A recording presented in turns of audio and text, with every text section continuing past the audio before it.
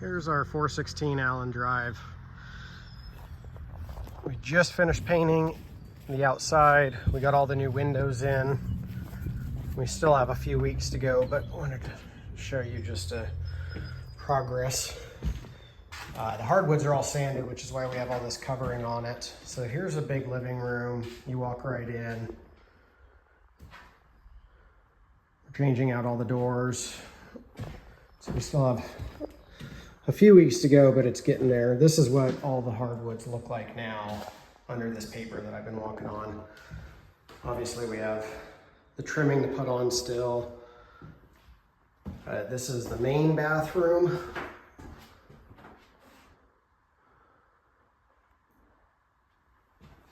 And then, so there's 2 bedrooms on this side. Pretty good sized bedrooms.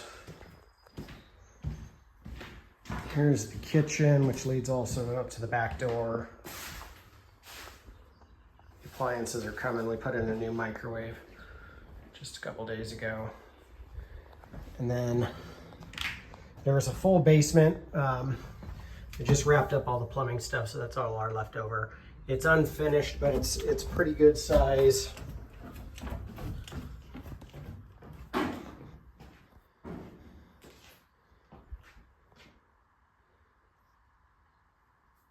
Nice shelving thing around it, around the whole outside wall there.